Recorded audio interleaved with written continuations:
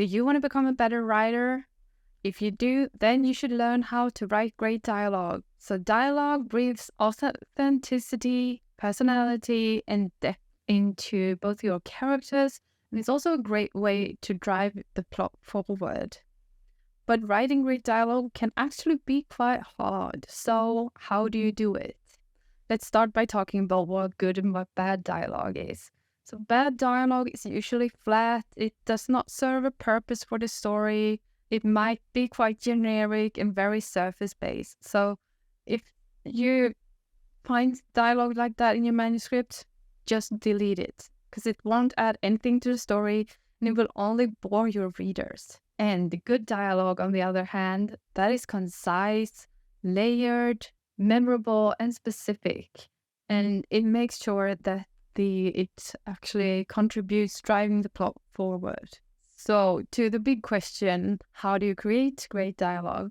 Well, the first step is to practice and actually use dialogue exercises. So yeah, regular exercises that is how we become better at things. So practice, practice, practice, and practice does not make perfect here. Practice, unfortunately, only makes the dialogue better because, with time, the way we speak evolves. So even if you write perfect dialogue today, that won't do in 20 years. So you will have to relearn it and relearn it again.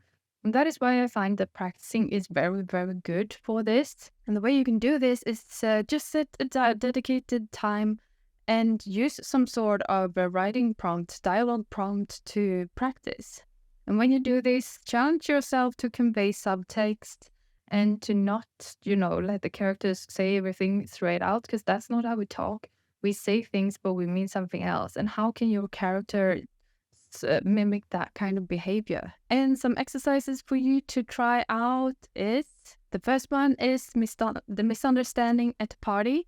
So develop a scene set at a lively party where a misunderstanding occurs between two characters, and write a dialogue where they try to clear up the confusion amidst the chaos of the party. The second one is first date jitters. And here you can craft a dialogue-driven scene between two characters on a first date.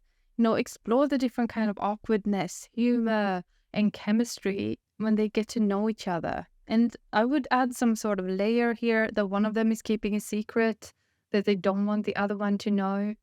How do you do that? How do you write that? And the third writing prompt is secret revealed. So here you can write a scene where one character confides a long-held secret to another character. Use dialogue to convey the tension, trust, and vulnerability between the two characters. And use subtexts here as well. Subtext is so important to great dialogue, if you ask me. And the second step to creating great dialogue is to study real conversations. So when I study real conversations, sometimes I do the cliche things. I will listen to someone, people talking at a cafe or at the bus and stuff like that. But I find that a lot of people, me included, we don't use complete sentences and stuff like that. So, and you can use that a little bit in your writing, but not all out, because it's very different in text. But some other things that I study is body language, what kind of emotions they're conveying, what are their body language telling, saying that they are not saying. Maybe the way that they speak is completely different to the way that their body is reacting.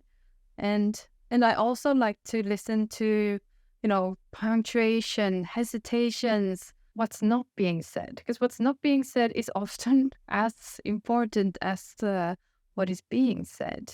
And another thing that I like to study is to see how different kind of people. So if there's someone with super fancy clothes and I think that maybe they're, maybe they have to be a lawyer or whatever, I don't know.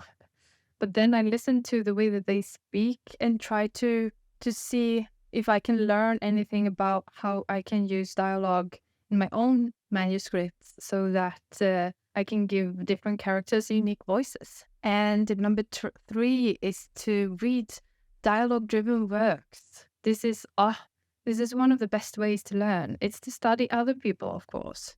how did they do it? When I do this, I will look up, great books or screenplays that are dialogue driven to learn from them. I think especially screenplays are really good for this, or books like The Great Gatsby that's very dialogue driven. I heard that screenplays by Aaron Sorkin are great to study because he's really good at conveying dialogue. So look that up, or read the script of your favorite movie. How are they talking? What's going on? Tip number 4 is to listen to feedback. You can seek feedback from your peers, from writing groups, from beta readers, or from an editor. But listen to what they have to say and tell them that you're trying to improve your dialogue writing. And the most important thing here when you do this is, of course, to see if there are any patterns that keep on coming back. Because if there are, then that's what you should focus on.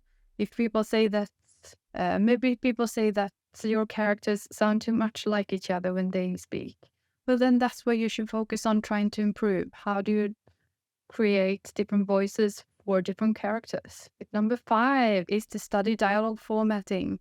I think this is really, really important, especially for me as a reader. I mainly write in Swedish, and the Swedish language rules are different from the English language rules. And since I read a lot of books in English, this can actually be quite confusing when I write. So I double check and triple check the writing rules for the language that I'm writing in, because of the fact that I speak multiple languages and write in multiple languages. Because the formatting is so important for your editor to see that you're professional and see that you actually understand and take writing seriously. So yeah, look that up and make it right from the beginning, because that's the best way. And tip number 6 is to develop unique voices for your characters. Each character should have a distinct voice, and the reader should be able to tell if they have high education, or if they left school when they were really young. They should be able to tell if they come from the countryside or a big city, whatever. Because all of these things, there are markers in how we speak. So make sure to use that in your writing, because that will add a lot of depth and complexity to your story. And also pay attention to how your characters evolve throughout the story, because they, at the beginning of the story, maybe they speak in one way, but at the end of the story in another. That would also show character development and character arc. And tip number 7 is, of course, to embrace the subtext.